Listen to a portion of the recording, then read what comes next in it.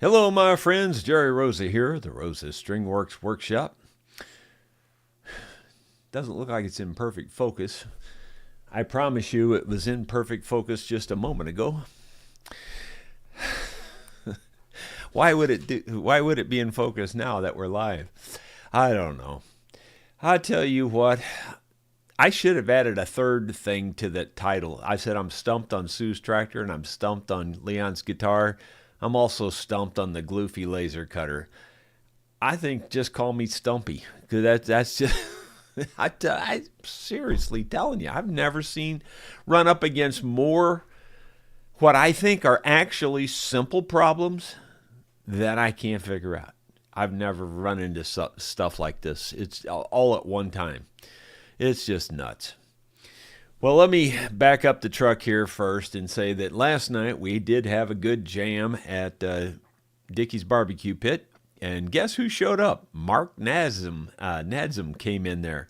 And he's looking really good. He just came in walking all by himself. He had a little bit of a cane there to help him around, I guess. But he looked to be in good spirits. He looked real healthy and everything. And I'm thinking, boy, after he's been through what he's been through, like I said, I think I'd be humped over in the corner crying. Man, he looked good. So thank goodness the prayers work, I guess. Mark's doing pretty well. He didn't stay too long, but anyway, he did show up. We did have a real good jam. Everybody seemed to have a good time. Medium small crowd, actually. Pretty small crowd. It's kind of sad. I wish we'd have more people there. But anyway, going back to my problems at hand, the Gloofy laser cutter, again, that's the name of it, G-L-U-W-P-H-Y. Gloofy is the only way I know how to pronounce that. Sounds like goofy, but it's actually a pretty neat laser cutter. I actually think I like the thing if it would just work. You know, that doggone it. I had trouble with it when I first got it, and I started pushing all the plugs together, and it started working. And I thought, well, one of the plugs just came loose in shipping.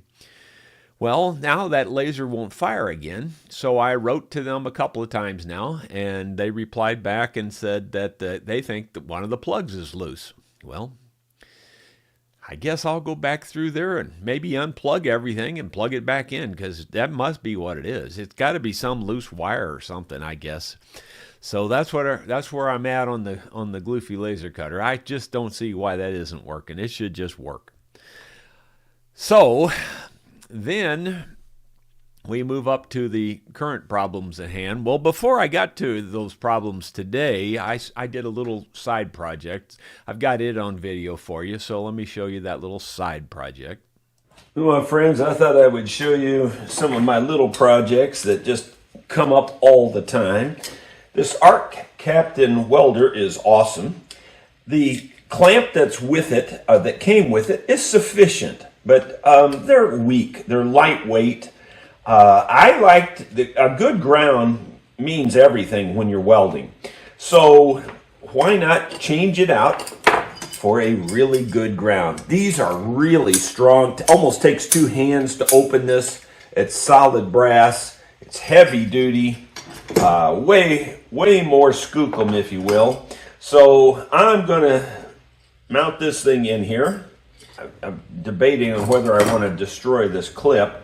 I could bend this clip over, I think. I think I'll bend it backwards like this is the easiest way. And then I can squeeze it down with this big bolt. Put it in here and squeeze it down, if it'll go in there. I think it'll go in there. I may have to clamp this down a little tighter here. Have to go to a bigger pliers and clamp it down a little tighter. There we go. Now I think it'll go in there. That seems like that worked. And I can put a whole lot of pressure on that metal with this big clamp here, and since I don't know what size that is, I'll just use this crescent wrench. In one way, this clamp is probably overkill for this little welder, but this little welder works so well that, gee whiz, just having an excellent ground will probably just make it work that much better.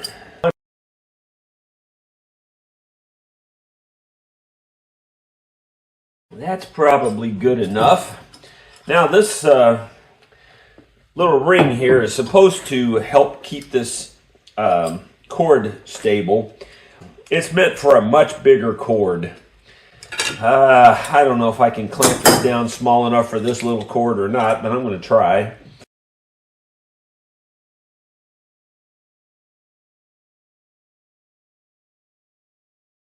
It's just wrapped around it is all it is, so I just kept winding it around there. This is tightened down.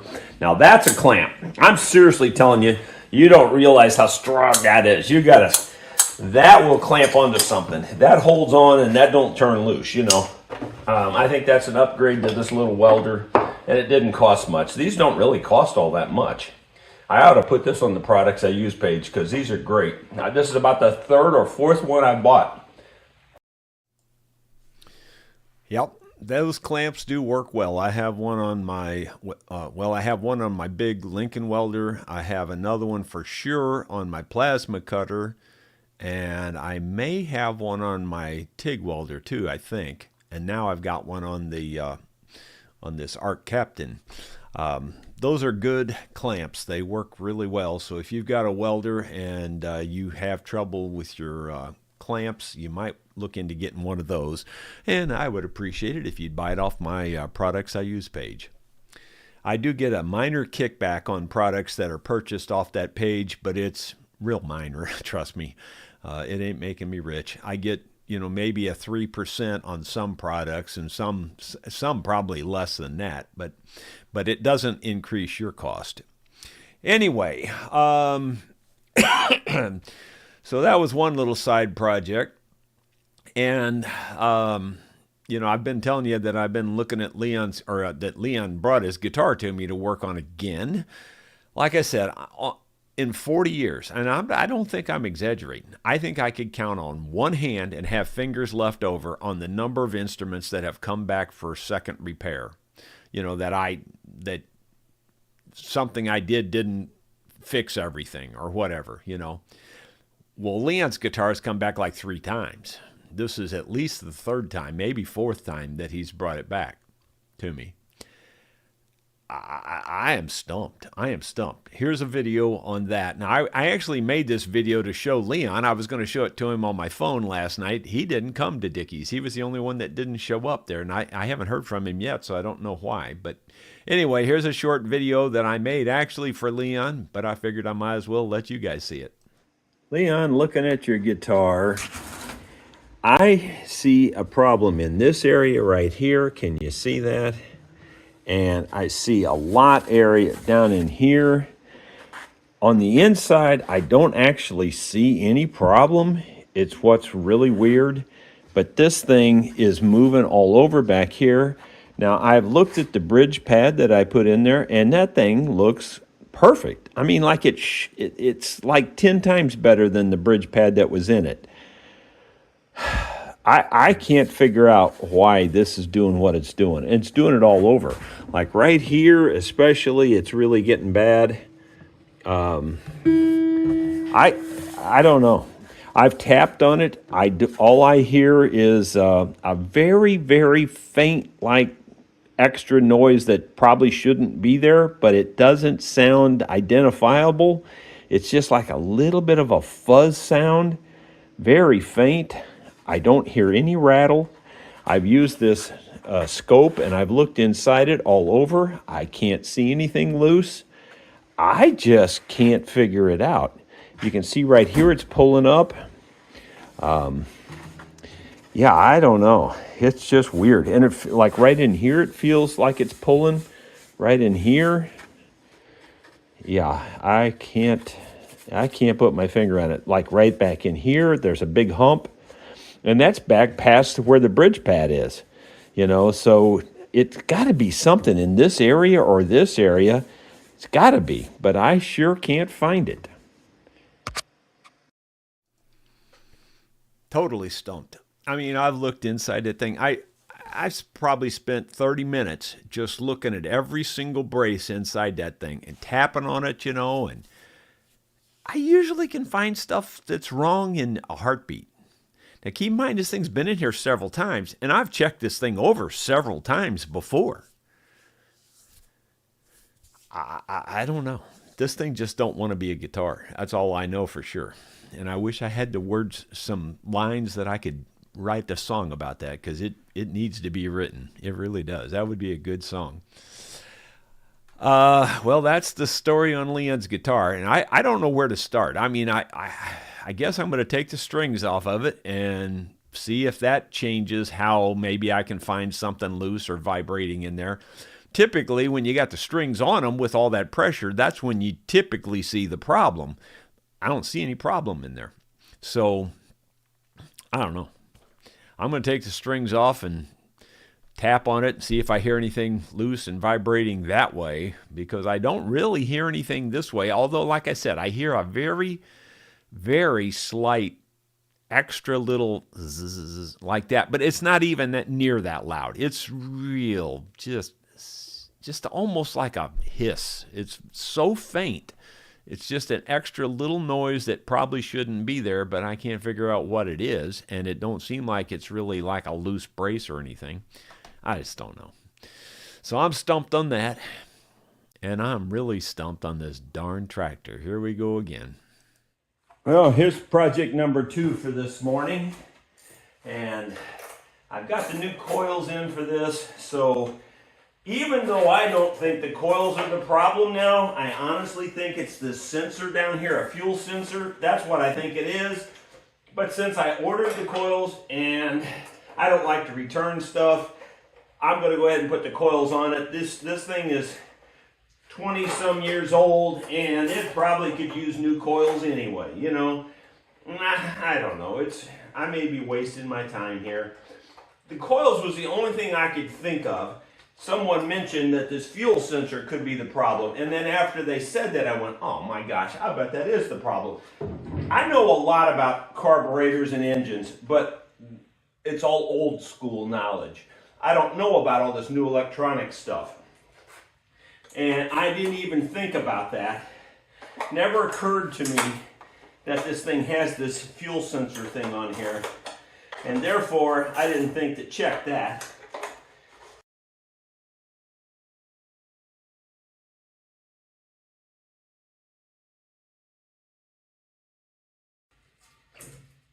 Here's the old one, and we'll put on the new one.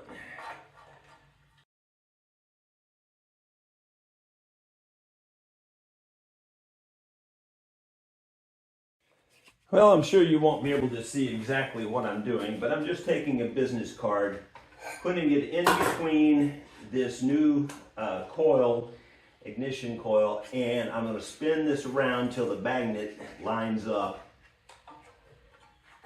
And the trick is getting the business card in there and keeping it in there.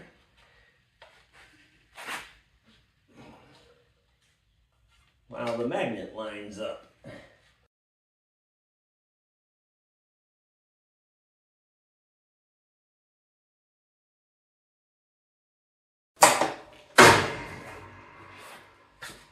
Well, okay, I'm going to go ahead and take it outside and see if it gets hot. I'll let you know. Well, the typical good news, bad news. Good news is it runs fine with those coils. Everything works like it should until it gets hot. And then it died again. So that sensor right there is probably the problem. I would almost bet 100% on this now. Once somebody mentioned that to me, I thought, oh my gosh, that makes all kinds of sense. That's where the problem is. I'm almost positive. So I'm going to take this sensor off, see if I can get just the sensor. If I can't, I'll buy the whole new carburetor, because the whole carburetor and everything is not that expensive. But I'm going to see if I can just get the sensor, just for the satisfaction of knowing that that's where the problem is. Because like I said, the carburetor, everything runs fine. I don't think it's a carburetor problem. I think it's a sensor problem. So we'll see.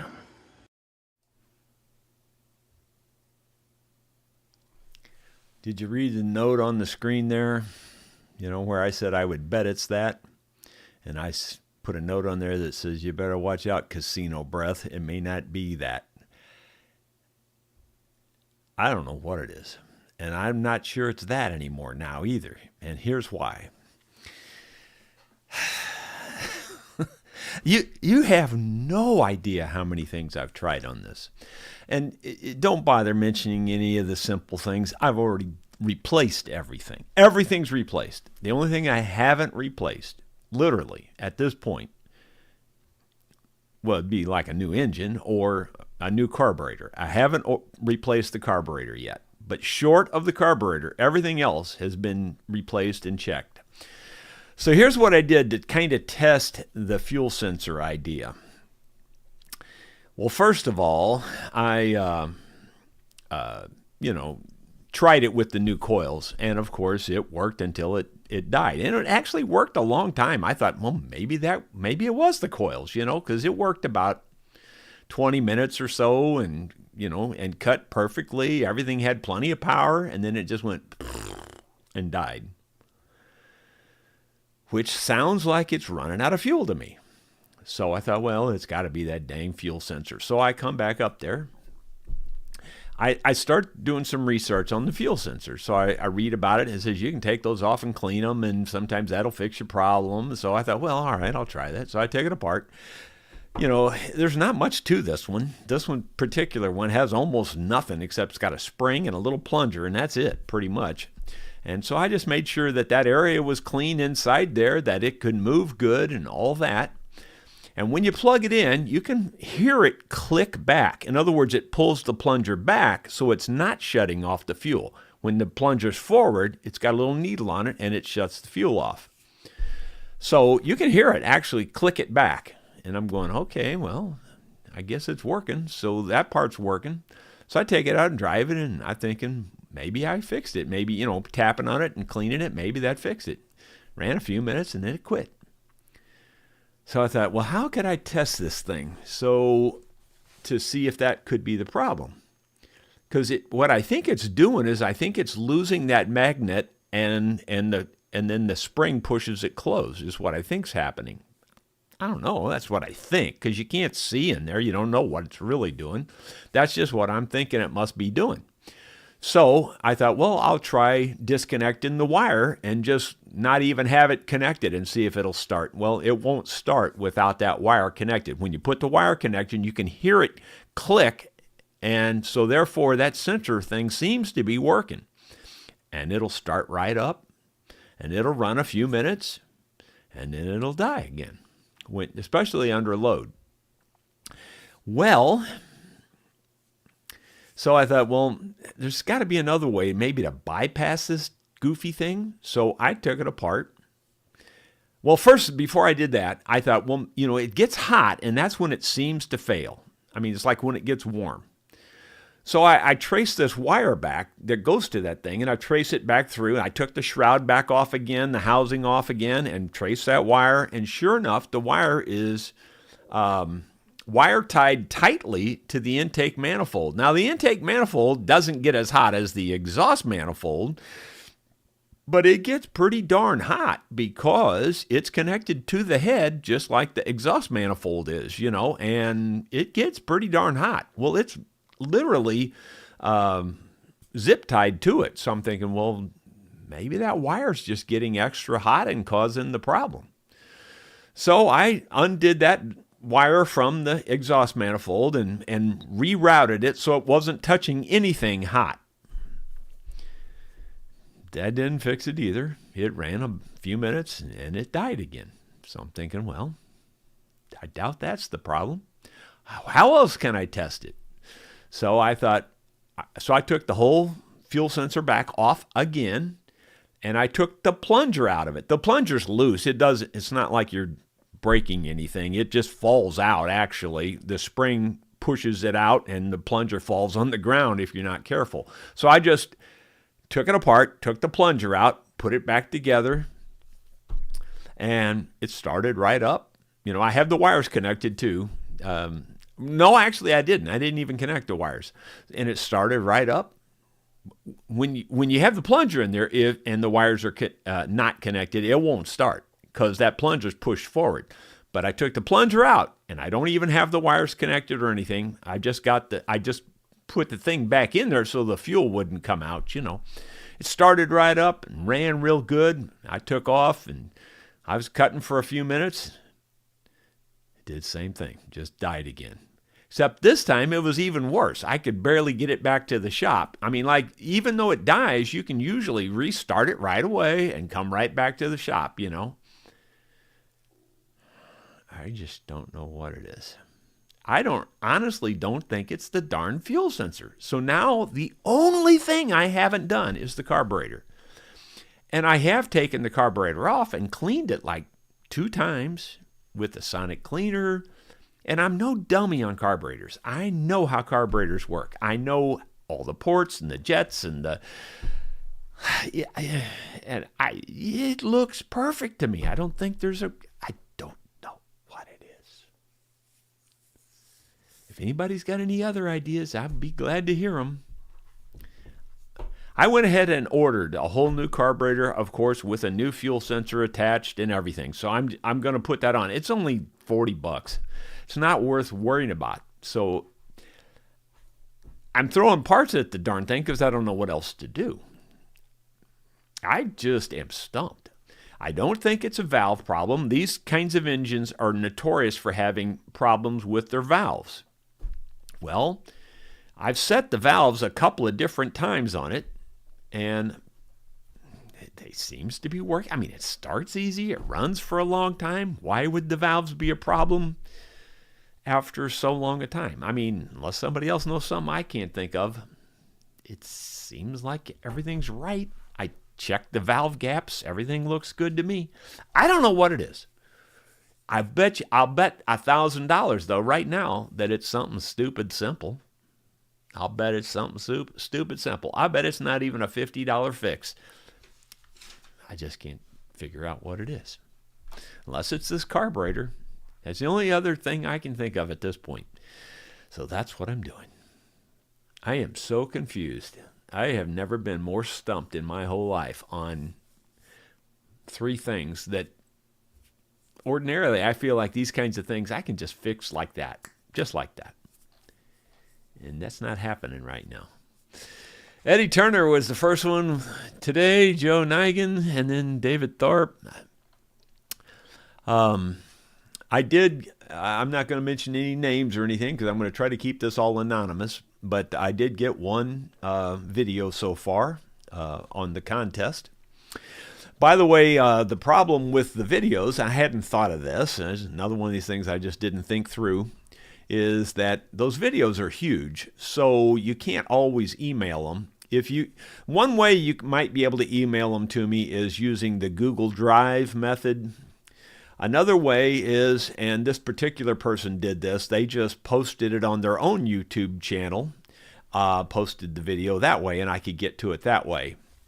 So I'm just pointing that out in case you run into trouble sending it to me. And then, of course, another option would be you could actually mail me a DVD with your video on it, or you could mail a USB, one of those little USB drives or something like that. Any way you can get it to me is fine, but the best, probably the easiest, least expensive way would be to use the Google Drive option. Anyway, just pointing out that may be a problem getting the video to me. Rod Wentler, Jerry, have you tried exorcism on the lawn tractor? That's going to be the next thing, Rod. I'm going to give that a shot. Kim Williford, hello, everybody. How are you? I hope all's well. Jerry, I have your friend on a prayer list. Well, thank you. Let's see.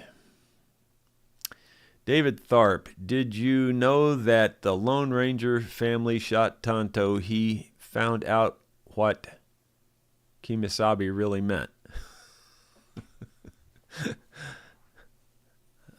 Okay. I don't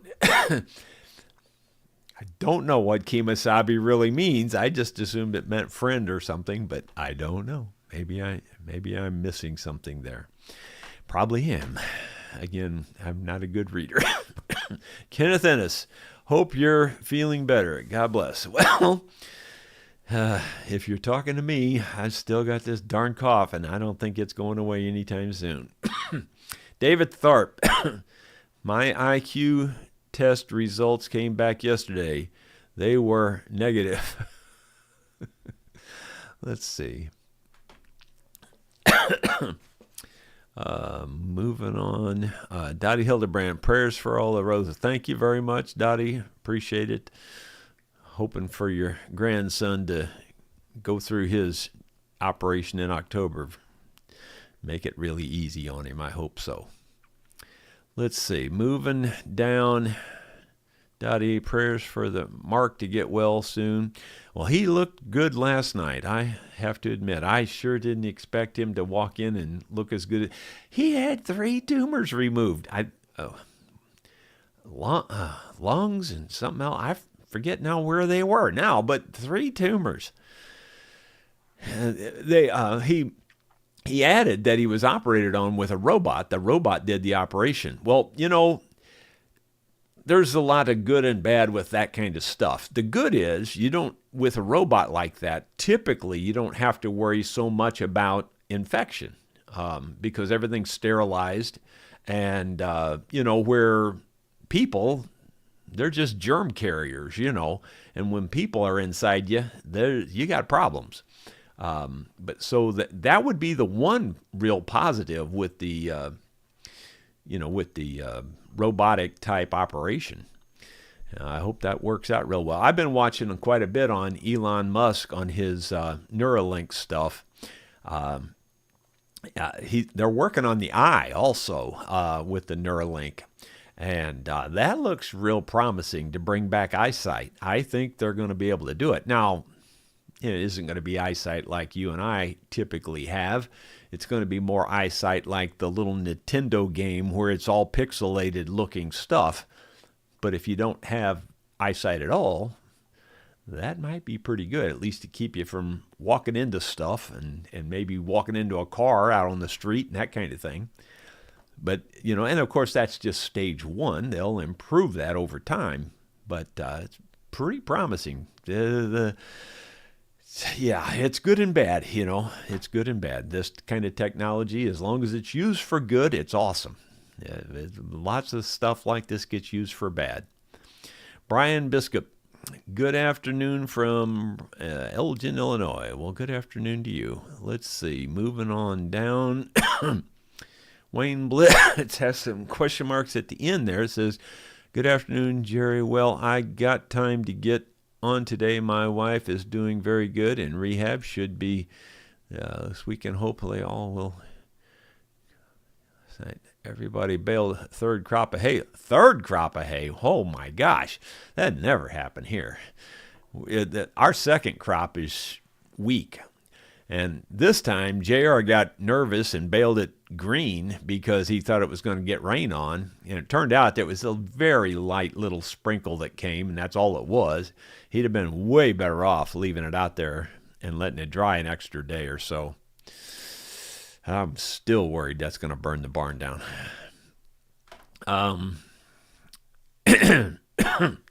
Moving on down. Let's see. Looking for question marks here. After we went live, looks like Ronald Todd was the first one in there. David Tharp says, yep, Noah had lights on the ark. You guessed it, they were floodlights. Yeah, I got that one. Let's see. Wavy Gravy. My doctor said to me, I've got good news and bad news. Which do you want first? I said, give me the good news. And he said, I think we're going to name a new disease after you. Oh, my goodness. Bill Webb says, good afternoon, ladies and gentlemen. And, oh, you too, Jerry. Let's see. Rod Wentler, Stumpy Rosa. It's got a ring to it. Yeah. That's kind of the way I'm feeling about it right now. Let's see. Ronald Todd, I hate to say this, Jerry, but you might have to remove the top to find the problem. A lot of work. Yeah, well, that part's all too obvious. I know I can do all that. I could take the back off. I could take the top off. I can do a lot of things. Do you want to do that on a Martin guitar? Not at all. Not at all. I don't want to do that at all. Be like the last thing I want to do. Ronald Todd, is there a temp sensor on the mower somewhere? Not that I'm aware of, not that I'm aware of. Rod Wentler, I think the top was a defective hunk of spruce and nothing can fix that but replacement. Well, you never know. I've never seen anything like that, like a defective piece of wood that you couldn't fix. I mean, don't get me wrong. There's pieces of wood that have flaws in them. Don't get me wrong. I get that. But I don't see any flaws in this wood. The only thing I could think of, and I don't have a good way to measure it, an easy good way. I mean, there's tools for this. I just don't have the tools. Would be to measure the thickness of the top all over. It may be extra thin in places. See, this guitar has an exceptionally good sound. It's got a very good sound. It's not, that's why Leon is so particular about it, But the action just keeps going higher and higher because that top just keeps changing and changing. And I just don't know why. It might be extra thin. The bracing is pretty thin on it. It's scalloped pretty thin. I just don't see anything loose. I just don't see anything broken. I just don't know why. It's one of them things that I just haven't ever seen before. Not like this. I mean, I've seen all of these problems before, but you can usually identify what's causing it. I just can't identify what's causing it in this case. Let's see. Moving on down. James Copy, fixing to replace for Celtic Music Open, fixing to practice for Celtic Music Open mic. Wish me luck. Well, good luck. Dan Lancy, is there an igniter on the coils on the mower mounted on the side of the engine? I don't know anything about an igniter. I don't know what that would be. There's one wire going to the coils on each of the actually on the one side there's two wires going to that coil from the back, facing the back. It would be like on the driver's side of the car. On the driver's side coil, that one has two wires going to that little tab, where the other one on the other side only has one wire going to the tab. I didn't trace the wires back to see where they go. And then, of course, the main big wire goes down to the spark plug off of the coil. That's all I know about it, and the new coil and the old coil, they're doing the exact same thing. They seem to be working exactly the same. I don't really see a difference when I put the coils on. So I don't think it's related to the coils at all. Now, I did at first because that was the only thing I could think of. But now I don't think that's it. I didn't think it was it before I put them on, as I said in the video there. I don't think this is going to do anything, and it didn't. I just don't know what is. But I don't know what an igniter on the coils. I don't even know what that means, to be honest. Again, I'm not too up on the electrical stuff on the engines. I know a lot about the carburetor, the pistons, the valves, all of the crank, all of that. I can work on all of that. I just don't know much about the electronics, especially the newer electronics that are on these engines. Paul Lanier, did you bypass the seat kill switch? All the kill switches have been killed. All of them. Every one of them. They're all gone. It doesn't have any of those. And it hasn't had any for 10, 12 years, 15 years maybe. So those are all gone. Those are not in the picture at all. Lots of people have asked about that, but no, there's nothing like that. So I've gotten rid of all of that. Because I had problems with most of those, and I got rid of all the problems. This is something that's just come up in the last, A couple of months ago it came up and it won't go away. Kevin Allen, the magnets on the flywheel. Well, I don't know how they would change all of a sudden. You know what I'm saying? I mean, it starts up easy. It runs good. Why would they change after it's running? I don't know. It doesn't make sense to me that it would be the magnets. I'm not saying it's not. I'm just saying it doesn't make sense to me. I typically just look at each thing and think, well, how could that cause a problem? And I don't see how it could.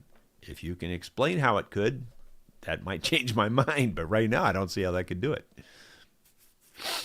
Dan Lancy, it's also called an ignition control module. Also called, is there an ignition on the coils on the mower? Ignition control module. If there's anything like that, I haven't seen it. I mean, I don't know. I mean, there's a bunch of relays down on a little panel area. Might be something like that. I mean, it's possible. Maybe what you're hitting on there might be something related somehow. I'll try tracking those wires down and see if they go back to those relays. That might be an issue. That might be something. You might be hitting on something there. Like I said, if you can give me more and point me in a slight direction, I'll look, but I don't know anything else on that. Dynamite the mower and get a new one. Yeah, it's go get it'd probably be a $15,000 to $18,000 mower if you got one equal to that one now for a $50 fix. So I think I'll do the $50 fix.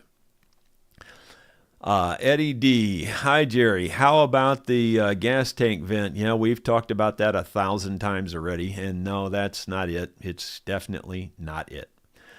Other than that, I would suspect the valves are sticking when hot. That's why it runs good when it's cold. But then it starts right back up. It starts right back up. After it dies, you can literally start it right back up. That's what's weird. And it'll drive for a few more minutes, and then it'll die again. And I say a few more minutes, more like a few more seconds. It'll drive for another 15 or 20 seconds, and then it'll die again. And it sounds perfectly fine the whole time. I mean, like, it doesn't sound bad. Nothing looks bad. Doesn't smoke. Doesn't do anything weird. It just dies. Scott Roberts. David Tharp. Kimasabi means sweetie pie. And Roy Rogers was trigger happy. Sweetie pie. Surely not. Does it really mean that? I don't believe it. Dean Barnes. Jerry, as far as the mower goes, have you checked the governor?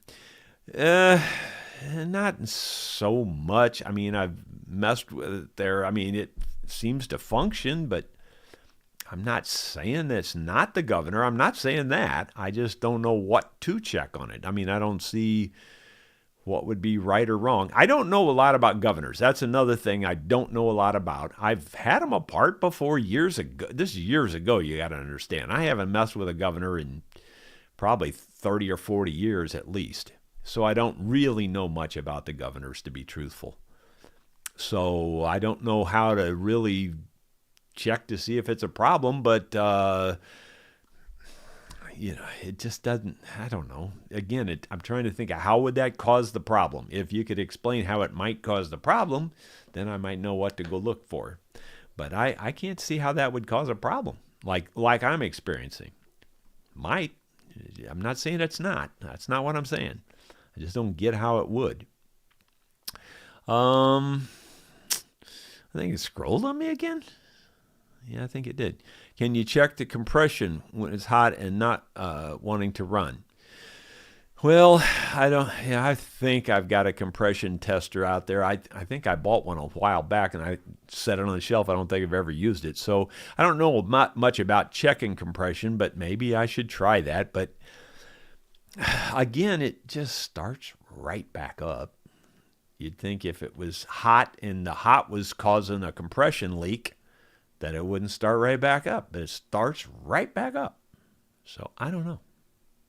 But it still could be that. I'm not saying it's not. I'm not arguing with you guys when I'm questioning in my own brain here. How could that cause the symptoms I'm seeing? And I don't see how it could, but it might. Eddie D.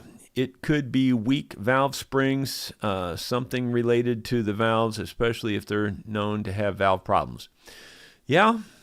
Well, these engines, I shouldn't say they have valve problems. What they have apparently, and it's quite known on the internet, is that you have to adjust the valves on these engines.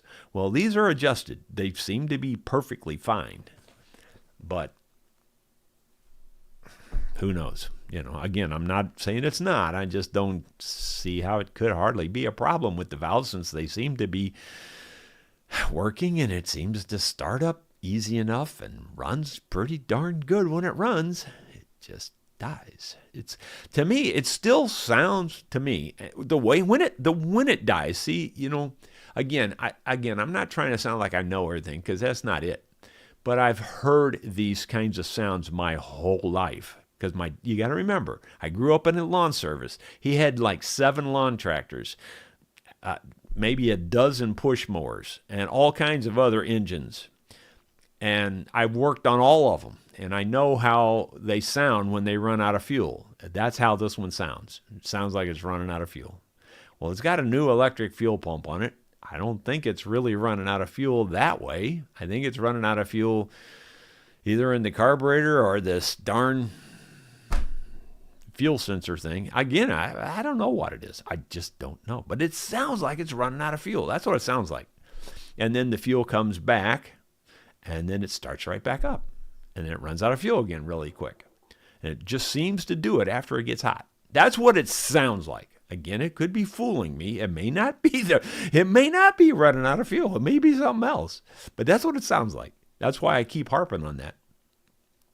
I don't know. I'm so confused. I've never been more confused in my whole life on an engine. Bill Mumbo, Google says Kemosabe means anything from trusted friend to who knows and soggy shrub.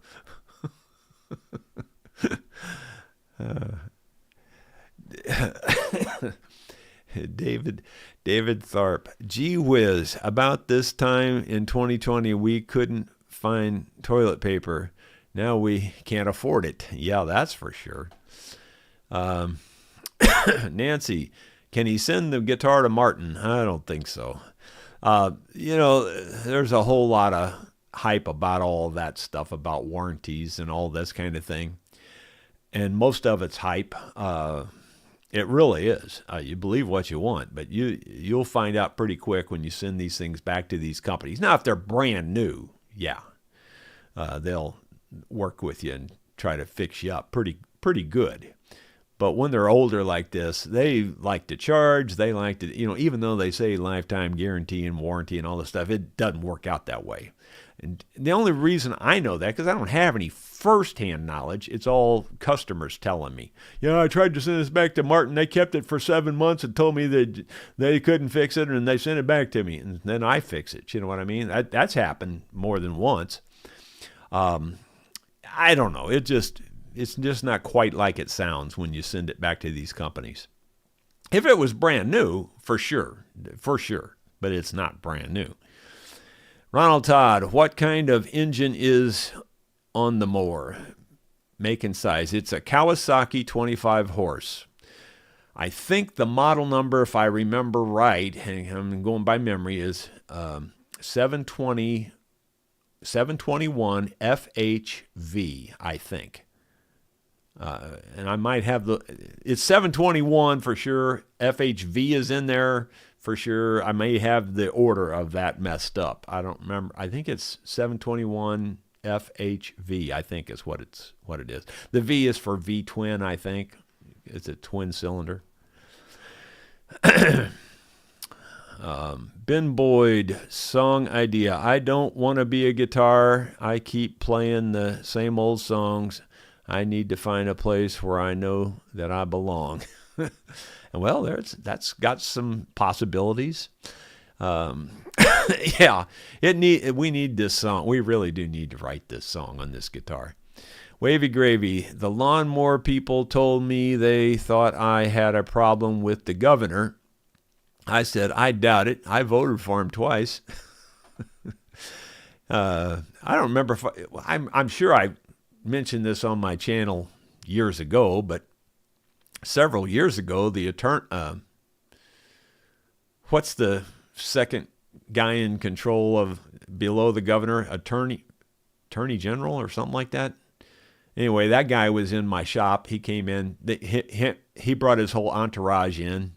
I don't know why, but they just asked if they could come and tour my shop, and they did, and I gave them a tour. And so, but I'm not real political on stuff like that, but I didn't kick him out or anything. Kim Williford, still problems with the mowing tractor. Dang it, I put the tractor on my prayer list. Well, thank you. It might need to stay on there a little while. Eddie Turner, I sent you a email of CDI if it has one. Of the CDI. Can't think of what that stands for. I've heard it before, but I can't think of what it stands for right now. Dennis Clark, I would think if you found extra wire, then you might want to know where it goes. Well, I'm just saying on the one plug, it has two wires. On the one side, it has one. It's just a plug. You plug them in. So I just unplugged the ones that were there and plugged them into the new coils. I didn't have to know where they went. There's no reason to have to know. You just plug them back in where they were before, But now that we're still having problems, maybe, but I don't think it's a coil-related problem because the problem was the same with the old coils as it is with the new coils. So I don't think it's a coil-related problem. Unless, like the other fella said, and maybe what you're alluding to, maybe those wires go back down to a relay or something, and maybe it's a bad relay. I don't know. I don't know why they would go to a relay. They don't go to relays on other engines that I've worked on in the past. But again, like I said, I don't know much about this electronic stuff. And they've changed everything on all these electrical things. Yeah, and it's all for the better, I'm sure. Ed Marcata 9, for 100 years there, we didn't have all this electronic fuel sensor. And those engines ran just fine for over 100 years. We didn't need an electronic fuel solenoid or whatever that thing is, But now we do. We need those now. Got me. Ed Marcata says, look for a dirty oil pressure Murphy kill switch. Dirty oil pressure Murphy kill switch. Well, maybe. I mean, I don't know where that would be on this thing.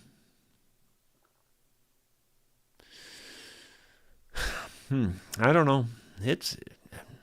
Anything like that's a possibility, but I just don't know if it even has anything like that. But I'll consider it and see if I can see anything like that. Ronald Todd, I think if it was a governor problem, it would be surging. Well, it really does run well. That's the thing. I took the carburetor apart, took all the jets out of it, all that. You know how that is. You got to adjust that right to get it to work right. Well, I spent a little time adjusting the carburetor, got it right. It runs like a top. That's why I'm not even really very sure that when I put a new carburetor on it, it's going to make any difference. I just don't know. I can't figure it out. Paul Lanier, David T. retired early as that's not question marks. Sorry. Moving on down here. Scott Roberts, Jerry, check your hot lead to the coil. Had a similar issue on an old truck where wire broken inside the sheathing, warms up, separates, cools down, connection back. Okay, well, now I've got new coils on it. The only wire I can think of would be the wires that are that little plug that I plugged in, those wires maybe, I'll trace those down and see. Maybe that's what you're talking about, I guess. Those are the only wires I know of. I'll look at them. It's worth looking at. Dennis Cleveland, I had a Chevy. Well, there's no question marks on that one either. Sorry. Let's see. Bert Pichon, I don't know much about vapor lock, but I think it creates that kind of problem. Yeah, I've been around vapor lock, and I've had that happen on some things in the past, and I'm trying to think on what. I don't remember. Maybe. I don't know. Possibly, but I don't know. Why did it just start happening? It's never had that kind of problem before. I don't know. I don't even know how to test for vapor lock, honestly. Typically, vapor lock is something where the fuel gets superheated in the carburetor or something like that, is typically what happens on something like that. And I don't see how anything would have changed on that, but you never know. Bill Mumbo, capacitor to discharge ignition. I don't know. See, Bo Horn, Jerry, everything I've read says it's a gas cap vent problem. I know you have said that you have checked it. Yeah, well, I guarantee you it's not a gas cap vent problem. First of all, it's open. Second of all, you can run it with no gas cap on it at all, and it does the same thing, because I've done that. So it's not that. Yeah, if it was simple, I guarantee you I'd already have this thing fixed. It's not anything common, normal. I guarantee it's not. I don't know what it is. I'll bet you it's a $10 problem, maybe a $50 problem, but I bet it ain't no more than that if I could just figure out what it was. These ideas you're throwing out are all good ideas, guys. I don't mean to knock any of them. I'm just trying to think in my head, how would your idea cause the problem? And sometimes I get it, sometimes I don't. Bill Shell, it will work out, Jerry. Hang in there. Yeah, I'm hoping so. I'll be tickled when I finally figure it out. And I bet you I never forget that one. Nancy says, any fuses on the thing? Well, yeah, there's probably a fuse or two, but I don't think that could cause this kind of problem. I mean, typically if it's a fuse, the fuse burns out, well, then it's dead. It's not going to work anymore. And this thing, like I said, fires right back up. Again, maybe you're thinking of something I'm not thinking of. I can't think of how a fuse could cause it. Maybe it could. Eddie D, CDI capacitor to discharge ignition. I don't know anything about that. I'll be honest, I don't know anything about that, but I'll look into it and see if I can think of anything. In fact, I'll write that one down just because I don't know nothing about it, but I'll see. Yeah. Jeff Puris, I would guess it has an automatic compression release for easy starting. Nope, it doesn't. Is there any possible for it to get into the game kill compression? No. Chainsaws have that, but this big engine doesn't have anything like that. Scott Roberts, broken wire issues happened to me twice. Acts just like turning the key off. Well, I'll definitely consider that. I thought that maybe that's what the problem was with this wire going to that fuel sensor. I thought maybe that wire was separating or something. But even after I took the fuel sensor out of the picture, in other words, I took the plunger out so it couldn't shut the fuel off. There's no way it could shut the fuel off. It still died. Like I said, it started up and it ran fine, and then it died. So I don't get it. I just don't get it. O.B. Haley Jr., check for a leak between intake manifold and heads. Okay. I'll look at that. I mean, I don't think there's a problem there, but you never know. I don't hear any, typically if there's some kind of a leak on something like that, you usually hear some extra little type noise or something, sucking or blowing, one of the two, and I don't hear anything. It sounds perfectly normal. I'll look at that, though. It's worth looking at.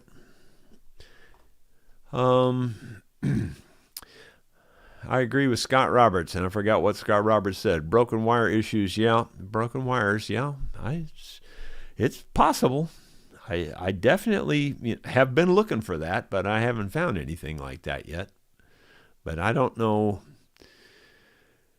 I don't really hardly know how to test that other than just a normal, what do you call it? I can't think of the word now, but you know what, where you check both ends of the wire, continuity test.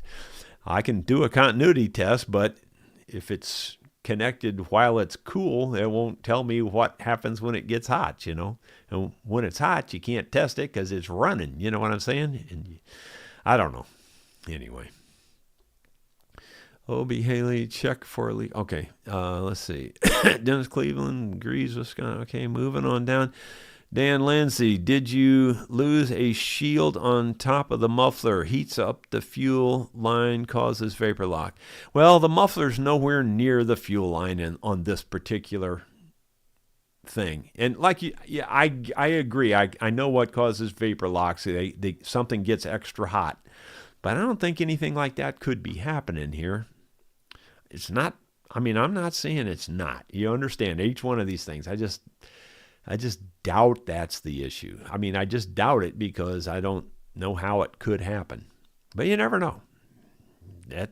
Heck, if I knew what it was, I'd already have it fixed. So I don't know. Scott Roberts says, you can't see it, just replace it. Well, that might be an idea. Maybe I would at least replace that wire to that fuel sensor. But like I said, I took the darn fuel sensor out of the whole problem, so you wouldn't think that'd be it. I don't know. Bert Pashon, try to get a wiring diagram for that engine. Might help troubleshoot the wire, not the mower. Scott Roberts, can't see it, just replace it. Yeah. The wire, not the mower. Yeah, I agree. I know what you're saying there, Scott. I might just try that. I don't know. I might just try to replace some of those wires and see if that helps. But the more we talk about these relays, the more I'm thinking that could be something. Those darn relays, you know how they are. They're always a problem. Scott Roberts says, not fuel related, spark related. Maybe. I agree. That's a possibility. That's why I replaced the coils to begin with. But you'd think now it'd be fine. I don't know what that other wire goes to. I kind of thought those other wires just go to ground, don't they? That one wire that comes off the top of the coil maybe doesn't, because I guess the ground is just bolted on. I don't know where those wires go. Because the magnet spinning on the coil is what creates the electrical spark, so I don't know where that other wire goes. I'll just have to look that up. I don't remember where those wires go. I know I've had them apart before. I just don't remember. It's been years since I've messed with that kind of stuff. Scott Roberts says, I'll send you a bill tomorrow. Yeah, all right. Well, buddy, if it's fixed, if you're right and it's a wire and I fix it by replacing some of these wires, I'll give you something. I don't know what it'll be, but I'll give you something. It's a hot wire, not a ground wire. Well, how does it get hot? And why does it get hot? I don't think there's any energy like battery wire power going to that wire. Maybe there is. I could be totally wrong. I don't think there is. The magnet spinning on that coil is what creates the spark, or at least creates the energy. But maybe you're right. Maybe it is hot. I don't know. I just don't remember on that. I know it goes somewhere, but I seem to remember that there used to be a wire that went to ground off of those things. But on this one, I don't know where those wires go. They disappear down through the shroud. I don't know where they go. Scott Roberts, engine heat. Well, yeah, we've been talking about that. I just don't know what you mean when you say engine heat, because that's what we've been talking about. But it gets hot and it just seems to quit. I mean, it runs really good for 20 minutes, or, well, maybe not quite that long even. 15 minutes, maybe. It runs really good. You think, well, there's nothing wrong with this thing. And then it just says, nope, I ain't going to run no more. Let's see. Bert says, they may be to kill the engine, wires to coil. That could be. That could be. I don't know what they're for. I just don't think they're hot. I don't think they're energized. I could be wrong. I could be wrong. Like a bad condenser, Bill Rhodes. I ain't seen no points, ain't seen no condenser. I don't know how this thing works. Like I said, these new engines, they don't work like the old ones used to. I knew all about the old ones. I know how to adjust the points. I know how to work on all that stuff. In fact, I've taken out points on my old dump truck and on my tractor and replaced them with electronic ignitions. I know how that works, but I don't know how this works on this tractor. I don't really. Scott Roberts, engine heat causes wire sheathing to stretch and lose connection. Could possibly happen. I agree, it could happen. Leaky carburetor, float, or too much fuel in the bowl. No, I don't think so. Does that motor have points? Not that I'm aware of, Bill, but I don't know for sure. That's what I'm telling you. This newer type stuff with this electronic stuff, I don't know much about that stuff. That's just the bottom line. Guys, I'm going to let that be it. But thanks for the ideas. I'm going to go back down there. First thing I'm going to do is, well, I don't know what the first thing is. I had thought I was going to just take the carburetor off, clean it yet again. Because again, to me, it still sounds like a fuel problem. It really does. But then again, why is it only when it gets hot, you know? So maybe it's not. Maybe it's more electrical. I just don't know. But thanks for all the ideas. I don't know what I'm going to do, but I'm going to go back down there and do something. Thanks a lot. We will see you tomorrow with something else.